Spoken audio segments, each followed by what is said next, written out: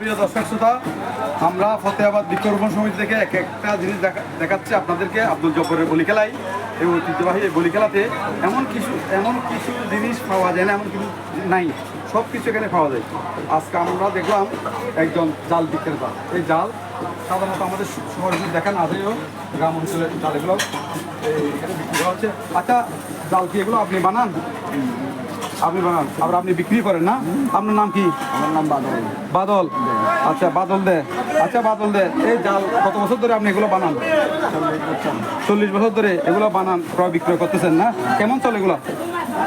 তো এখন তো আমরা দেখি, সুপ্রিয় দর্শক একটু বলি, আমরা দেখি এখন শহরে পুকুর ভরাট হয়ে যাচ্ছে। পুকুর নাই বললে চলে। যারা এই সিটি কর্পোরেশন 41টা ওয়ার্ড মিলে একটা সিটি কর্পোরেশনে অনেক পুকুর ভরাট হয়ে যাচ্ছে। কিন্তু আমরা কর্তৃপক্ষের হাতে দৃষ্টি আকর্ষণ করছি।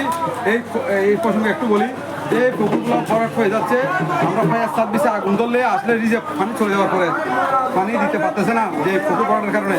আপনারা একটু পুকুর যাতে ভরাট না হয় এদিকে দৃষ্টি দিবেন। সুপ্রিয় দর্শক, এই জাল এগুলো দেখালাম এই কারণে, উনি একজন সম্মানী লোক, অনেক বছর ধরে করতেছে। এই ব্যবসার সাফল্য আসুক এই শুভকামনা করে বিদায় নিচ্ছি। খোদা হাফেজ।